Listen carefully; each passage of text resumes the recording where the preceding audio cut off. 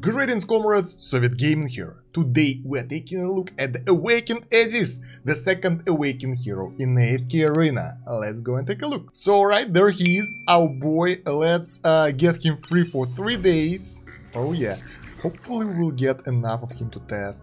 Not this guy. Not that bad, we have the full furniture but not full signature item. Alright, let's go over the skills and everything that we have to know about the new hero. So right, as all Awakened heroes, Aziz have the 5th special skill, Dream Veil. After every 10 seconds of battle, Aziz enters a dream state that allows him to become immune to all damage and control effects for 8 seconds. While in a dream state, Aziz is able to normally cast his skills and he gains 20 haste points, while his damage is increased by 25%, so that's pretty cool buff straight away. Each time Aziz enters a dream state, the amount of time needed to enter it again is increased by 4 seconds, and the amount of time he stays in a dream state is decreased by 2 seconds, but will not be fewer than 4 seconds. Each time an allied hero successfully resists control effects due to their tenacity, the amount of time needed for Aziz to enter a dream state again is reduced by 0.5 seconds. So how does it work? Let me rephrase this for you if you didn't understand. Every 10 seconds he will become invincible, he will get extra 20 haste, and his damage will be increased. His damage is actually pretty good. I've tested already a little bit. Not that bad. Every time he will enter it again, he will need more time, and every time your ally will resist the crowd control effect, the time required for another entry will be lower. So that makes him quite a powerful being who won't be killed that easy, because the normal Aziz, well, he's quite fragile and dying quite easily. And by the way guys, take a look at his looks. He's pumped up, he's beefy, so that explains why he doesn't die that easily. That's pretty dope. We'll talk about the looks later if you want. I mean, you all know that he looks cool. Ultimate skill, Nightmare's Descent. Aziz produced a Nightmare Shockwave that deals damage equal to 280% of his attack rating to all enemies, rendering their ultimate skills unusable for 2 seconds. The Shockwave causes the battlefield to be transformed into a hellish nightmare for 10 seconds. Aziz is unable to recover energy while the battlefield is transformed into a hellish nightmare, but he will produce a Nightmare Shockwave every 4 seconds. And at level 2, he will gain 10 haste points for every enemy that is in a state of insanity while the battlefield is transformed into the Hellish Nightmare. Oh my god.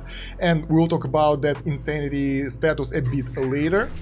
And at level 3, Aziz will produce an additional Nightmare Shockwave each time an ally uses their ultimate skill while in a battlefield is transformed into a Hellish Nightmare. Effect can be triggered up to 2 times.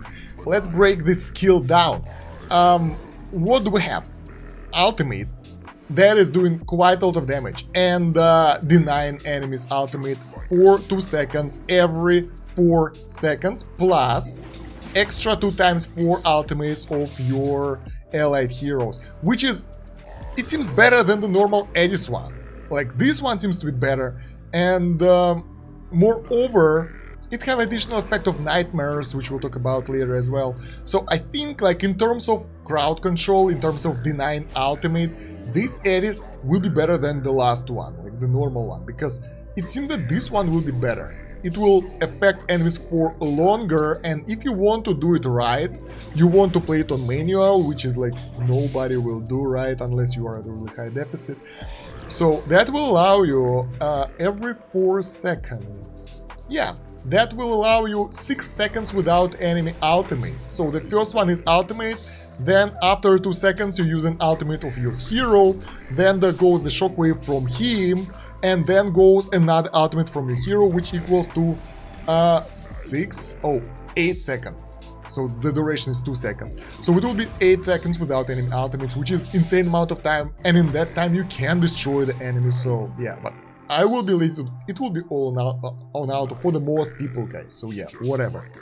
Next one, Mindfully. Aziz uses an Abyssal Tentacle to deal AoE damage to the enemies equal to 260% of his attack rating that also drains their sanity, forcing them into a state of insanity for 8 seconds. So that's the insanity state. All enemies that are insane lose 20 tenacity points, and all allied heroes gain 6 tenacity points. So yeah, that kinda affects the crowd control resistance ability. The enemies will be easier to crowd control. Enemies that are currently in a state of insanity are additionally terrified for 2.5 seconds if their sanity is drained again. So if the enemy under effect of this insanity and they will be attacked again, they will go terrified for 2.5 seconds, basically the stun, so that's pretty cool. If an enemy is in a state of insanity when they are dealt damage from Aziz, the following damage dealt to them from Aziz is increased by 6% per attack up until 24% reached. The stack damage bonus shall be reset when the insanity effect wears off, so that will buff his damage against the enemies who are going crazy. Not that bad, but not crazy important, but as we will see on the testing, that will affect the damage quite a lot. Now, Depth of Darkness. At the start of the battle, Aziz caused the enemy mirroring his own position to fall into a nightmare state up until they receive damage equal to 40% of their max health, or 10 seconds have passed. This is a pretty cool skill that's basically stunning the enemies in front of him useless, and at the beginning of the fight they won't be able to do anything, so that will be useful against enemies like Aaron and other guys who you hate that much. I wonder if that will work against Ainz though. Probably not. We need to test it out. Ainz, Ateli and all those creepy guys, probably the enemies who appear on the battlefield on the enemy backline won't be affected, but yeah, we will test it out. Passive. When Ezizh suffers from control effect, the damage he received over the following 6 seconds is reduced by 10%. So basically, at level 3 it's the same, but the damage reduction is 16% and so on. After resisting the control effect due to tenacity or immunity, the same effect stated above shall occur, but with a 50% reduced duration. This is really weird.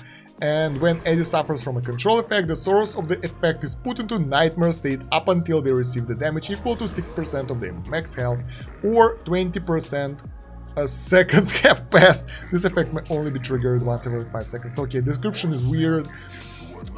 When Ezizh will get the crowd control, the duration of the crowd control will be reduced by 50%. He will get a lower damage received, the Ezizh will get lower damage received, and the guy who will put you in the crowd control state will be sent to the nightmare for 6 seconds or before 20% of their health will be drained. And it can be done only every 5 seconds, so he can deny enemies so much. And if we compare it, like add it up with the nightmare descent, he will get a lot of haste for those enemies that are going into insanity that fast, because yeah, that lower tenacity and all that will allow him to deny all those ultimates so easily. Now the last skill, Nightmare Arc. Ezizh focus Nightmare energy and unleashes it on an enemy target, dealing damage equal to 260% of his attack rating to them, also stunning them for 1 second.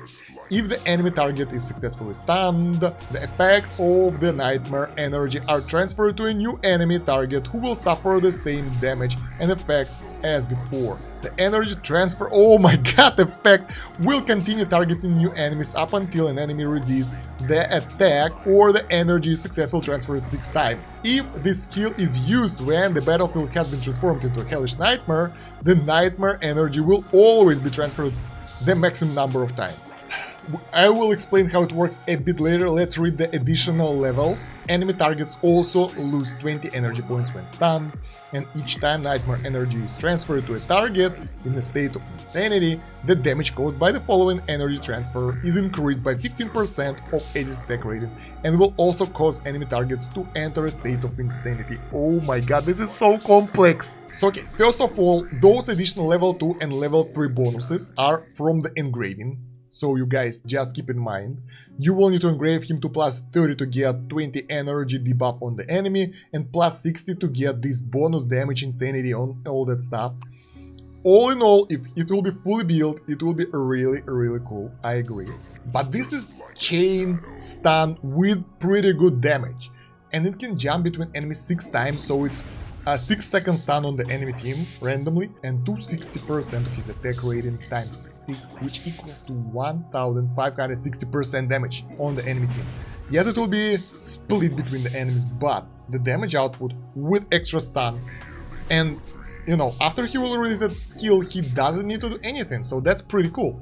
And if you engrave him to level 2, that will also drain the energy of the enemy, so that's a good crowd control, good debuff on the enemy.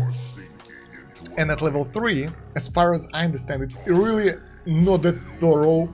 It says that if it is transferred to the target in a state of insanity, the damage will be increased, and also will cause enemy targets to enter state of insanity. So either, I think that's it, yes, that will put them into double insanity, and that will trigger this flee mode, so they will be stunned and they will be terrified. I don't know, or that will put insanity effect on the enemies who are sane. I don't know, but that's pretty cool. And if the Hellish Nightmare is happening like the ultimate skill, the skill will be transferred 6 times, no matter if it resists or not, as far as I understand. So, complex skill and really, really powerful, guys. No point taking a look at the signature item, then getting the haste bonus here, which is pretty cool. All the skills are described on the skill bar right now, so Awakened Heroes, what do you expect? Furniture, let's see, as you guessed, yeah, same stuff, so those are the skills for the Mind Flay. So, yeah, those are pretty much a must if you can afford it, if you can get lucky with the Awakened Hero and get him to, I don't know, Mythic. Of course you want to get them a furniture, otherwise those skills won't really work as you want them to. So right guys, it's time to test our guy in the Arena of Trials, and we'll start with the basic fight so we can take a look at the skills closely without the speed up and everything. Here we go, straight at the start, he puts enemy into the sleep. Oh my god, this is so powerful! The ultimate, the Hellish Landscape is happening right now, so that was the Tentacle. That was an ultimate again. I can't see anything because the enemies are being killed. He's doing insane damage. There we go, that was a skill that kind of travels between the enemies.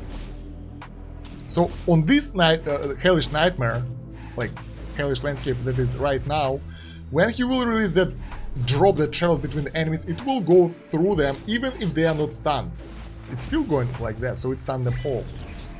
They're weak, they can't resist anything, right? So yeah, the damage output here is so crazy. What are those things above their heads? I think this is insanity. Yeah, the things above their heads is insanity effect, I think.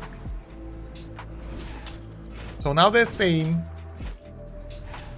and when they will be hit by this tentacle, they will go insane, but the problem is they die because of that, so we can't really see how it works here.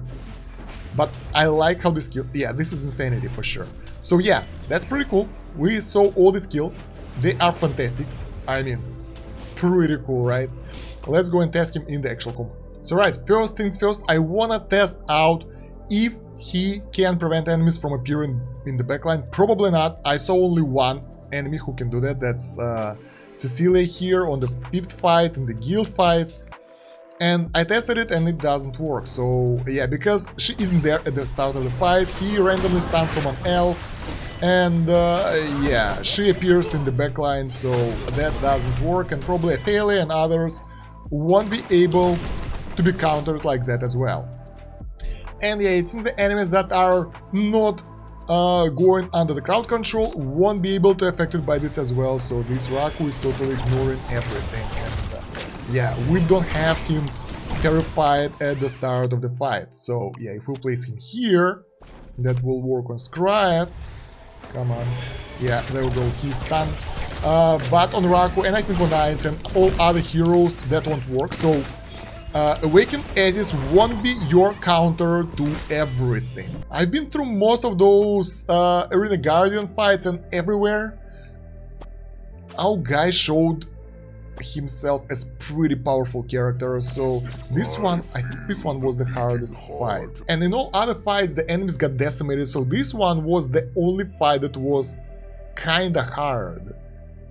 I'm not sure why, probably because of the morale, so we will take her out right now, and let's do this. I don't know if that will work out or not, so let's do something like this and see how it will go. I'm actually curious. Yeah, morale is out of the fight for now. Let's make it faster. I want to see how the enemies who are influenced by insanity run away, but that won't happen. Yeah, so as you can see, the fights are going so easy with him, and you can't really see what's happening because he's destroying them so easily. And over here, at the damage screen, we have 3 of our damage dealers, and they did almost the same amount of damage. So, considering that Aziz, other than doing damage, denies enemies of ultimate and doing a lot of crowd control and debuffs, I think that's a way to go. But we will need to test him in the actual fights as well. So not only the Arena of Trials normal fight, let's go into the guild fight and make it a little bit harder, so some deficit. In this fight we can actually try to compare Ezizh and Lucretia damage in 5-pool team, so let's see how it will go. I'm curious actually. I think that Lucretia will be able to over DPS him by quite a lot, but there is only one way to see how good it will be. We actually won, there's no serious problems. I think the teams in the guild comp and in the guild fights are kinda the same. Yeah, over here, of course, Lucretia did everything because it's AoE, it's the team suit for Lucretia, so he didn't did that much, but I think he made the fight way easier because the enemies didn't manage to do anything. The level deficit wasn't that high, though, so it's not that bad. Let's try to see all 5 teams. I mean, what can we do about that? If we'll be able to use all of the 5 teams with this hero. Okay, Charm team, he's happy. Are we happy? We're happy. Look at his damage here. He did so much damage. Nice. Alright, curious. Now we have the Graveborn Alna team. Let's go. I wonder if we'll be able to... Oh my god, he got one-shotted. Our guy's one-shotted. We need him alive, so we can't let him die. Let's cancel out Tally. Canceling out Tally will help us so much because she's doing so much damage. Why he's been one-shotted? Who kills him? Okay. We will try to cancel out Kren instead, since he's been one-shotted. We don't want that. Maybe that will help. Kren is cancelled, no bombs in the back, so we can use whatever we want. And hopefully we can... Oh my god, she is already using the ultimate, that's scary. And we managed to take her... Oh my god, that was a huge victory. So that's crazy good. The damage output, it's not that crazy good, but it's on par with the diamond and better than gradual, even the fight that lasted for a while. So that was pretty good. I think we can get a high score here. Ein's team? Ein's team, guys. Well, I mean, in Ein's team it doesn't matter because he will be able to decimate whoever. Ein's is OP. Bam. They're dead. I think he won't be even close to Ein's. Oh wait! That was a short fight and Ein's finished them with his ultimate, but he managed to do about 25% of his damage. Not that bad. And the last team, random bullshit with the crowd control and Raku. So it required some testing, but I managed to do the last fight. That's what I... Let's actually do the replay. So I used this team and honestly, that was pretty cool. So I did it on manual because Raku. And Aziz works really good with Prince because his ultimate costs less and he can do so much stun and everything. And together with Raku, all together, like look at that, they can't do anything, they are being stunned, and that prolongs their inability to use ultimates as well. All of them got killed here, and then we have only Butcher, who is being destroyed here, well, slowly but steadily. Bam, he is dead finally. So, this guy's really good. We will take a look at the stats right now of this fight, because I haven't checked those out yet without you. And yes, look at this! Aziz did almost the same amount of damage as Raku. That is a really good damage for someone who can control the enemies that much. So right, we tested him in the different Arena of Trials and other options, but let's go and take him and look at him in the campaign. The problem with the campaign that I'm below the enemy level, so it's not that bad. The level deficit isn't that high though, so it's not crazy. But I think I don't want to use this team for this. We can test him in the boss fight as well, but I want to create a team for him specifically for the normal fights. I'm curious about one thing. In his ultimate state he doesn't recover energy, but Rosalind can recover energy. So what will happen if he will be fed energy from Rosalind and Rowan? Let's check out. I mean, that's the team I would use anyway, because I don't have that many options here. Can we get additional tank? Let's get this guy here. Should be interesting. So right, let's give it a try and see if the energy recovery will help or how it will go. Here we go, the start of the fight. The enemies are doing insane damage, but we are using the ultimates. Rowan. Alright, Diamond is dead. Ultimate, there we go. So now Rosalind, recovery. Oh, she doesn't recover anything. So while he is in the nightmare state, in this shadowy area, he doesn't recover energy at all, so you can't feed him energy, and we saw it right now here, that using Rosalind was a waste. She didn't recover, she wasted her ultimate basically because he couldn't get energy and he used it on him, same with Rowan and all other energy regaining heroes, so be careful with that. The damage output, pretty solid. I mean, we won, and it was a good victory. So that team doesn't work that well, and feeding him energy is not the best idea, because he doesn't get it while he's under the ultimate. So you either have to manually control it, which is not cool, or find other team combinations that will be worth it, like using this guy, for example, to boost his ultimate damage. So let's give it a go and see how it will look like. I mean, why the hell not? We don't have the bonus for the faction. Lorson is dead already, but the link still stays. Some why Eziz's ultimate is taking so long, but now, when it's done, the enemies are just being decimated. Oh my god, the damage output is so crazy for this guy. Who's still alive there? Kelthur? That's it? But yeah, the enemies got destroyed. This time, when Diamond was alive, the damage output of Diamond was a bit lower than our guys, but it was pretty good. Look at that. The damage, it's so good. And the boss fight. Now, here, we have to pick where to use him. I want the strongest enemy. We have Einstein here, but I mean, Einstein is really easy to beat anything. Let's try to use him in the second random team with Lucretia. So instead of Brutus, we will use our new guy. And look at that, he's like, oh yeah, I will kick your ass. Alright, let's go. And he will kick enemy's ass. Oh my god, I forgot that he stuns the enemy. That is so nice. Lucretia is in, Lucretia is dead. Aziz is the only man standing, and we won this because of Eddie. Oh my god, that was cool. How Lucretia died. And look at that! He managed to do more damage than Lucretia, even though she did few ultimates. Wow. I am surprised, and this is good. Let me finish other fights real fast so you won't have to be bored by normal fights. So yeah, I don't know if there's a point to go through the not high deficit area over here. It's not that crazy much of a difference, and we already saw that he is really good. As for the team that he can be useful in, most teams will benefit from him, as any awakened hero basically. Most teams that benefit from the normal Aziz will benefit from this one as well, I think. So yeah, as for the team composition, I don't think that he will fit any of the meta teams that well, because first of all, he requires a lot of investment. Unless you're a whale, probably you won't be able to get him to Ascended 1 star to get all the engraving 60 things, and only after that he will become fully powerful to do all that. But we already checked out the guild trials, and there he can be part of any team. So Lucretia team did well. This Charm team did well. It's not in the perfect state, but it's good. Then we have this Alna team. He managed to do well here as well, because he denies ultimate, he did a lot of damage, and overall he can feed most of the teams. Einstein, yes, but Einstein doesn't need him. He can be useful in other teams way more. Can we make a team focused on him like the good old God team composition or some energy regain team?